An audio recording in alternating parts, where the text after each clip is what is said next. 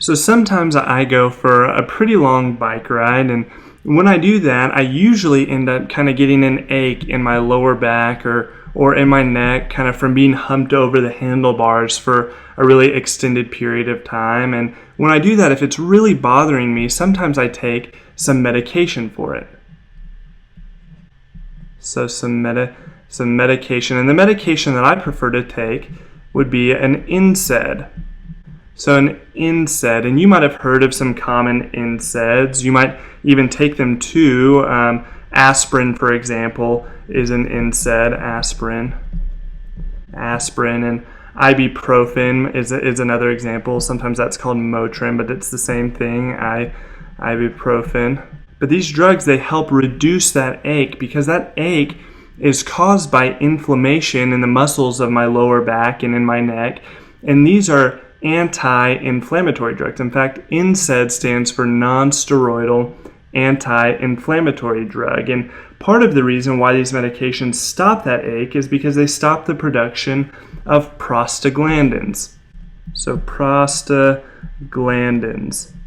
You see, prostaglandins are lipid molecules that help signal inflammation. So if I can stop these prostaglandins, then I can stop the kind of further and to some extent the past production of this inflammation and its effect in my body, which would be the ache. And prostaglandins fit into a larger class of lipids called non-hydrolyzable lipids. So remember that we broke lipids down into hydrolyzable and not hydrolyzable. Hydrolyzable are the lipids that can be further broken down into smaller units through hydrolysis reactions, and then we have the ones that can't be. So prostaglandins fit into this kind of category of not hydrolyzable lipids, and we talked about how the hydrolyzable functions might include energy storage and kind of this structural function, while the not hydrolyzable lipids, their main function revolves, at least in our body, around signaling. So signals, just like the prostaglandins signaled this inflammation up here. So I think I have a picture of prostaglandins that I can kind of fade in for us. And this would be the prostaglandin, PGI2 here. But prostaglandins are probably the most notable of a group of biologically active compounds called eicosanoids. So let me kind of write that in here, eicosanoids. And eicosi is actually Greek for 20. So these are compounds that have 20 carbons, and you can count, if you want, the carbons in PGI2. But eicosanoids are kind of famous for being local mediators, which means they signal an effect kind of in their immediate environment. And prostaglandins are probably the most noteworthy of these eicosanoids. So an example of the effects that prostaglandins stimulate would be inflammation. We covered that. They also lower your blood pressure. Prostaglandins, they lower your gastric secretions. They inhibit platelet aggregation. But there are a lot of signals or effects, at least, that are signaled by these prostaglandins. So they're a signaling lipid. Now, another signaling lipid that are kind of pretty famous, let me pull in a picture of them, are steroids. So I'll write that in as well, steroids. So steroids are a tetracycline lipid, which means they have kind of 4 cyclic rings, and you can see this in the picture here.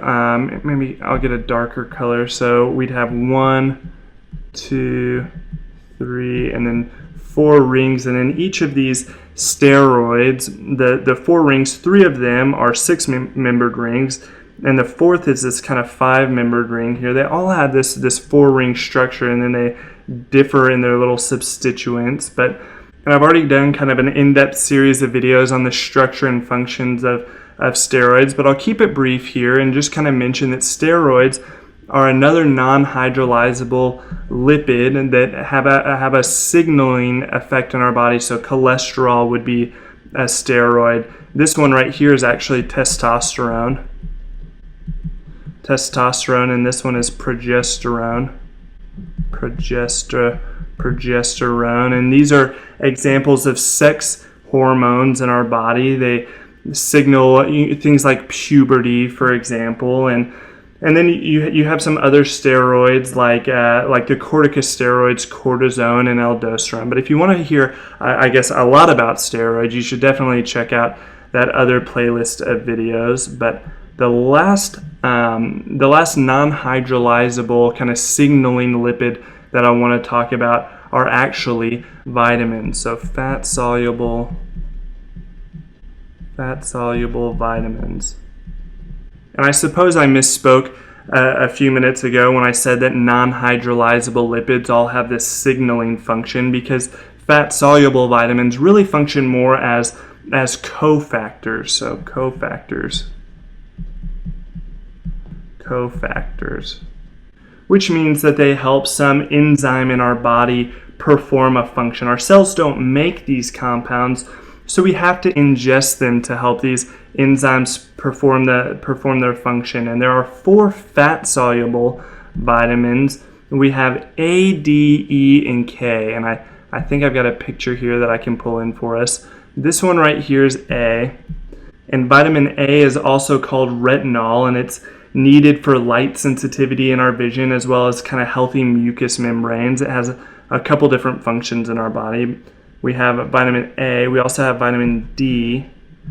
Vitamin D helps regulate phosphorus and calcium metabolism. So deficiencies can cause a number of different bone diseases like rickets and osteoporosis. And so we got A, D, we've got E right here. Vitamin E is an antioxidant that helps protect our neurological function. And then vitamin K at the bottom, got A, D, E, and vitamin K regulates the synthesis of prothrombin, which helps our blood clot. So a lack can cause some pretty serious bleeding issues. And I don't know why it kind of sticks in my mind, but A, D, E, and K are the fat-soluble vitamins, and they fit into that broader category again of non-hydrolyzable lipids, which primarily function as signaling molecules, and I guess for the vitamins as cofactors as well, all within kind of that big category of lipids.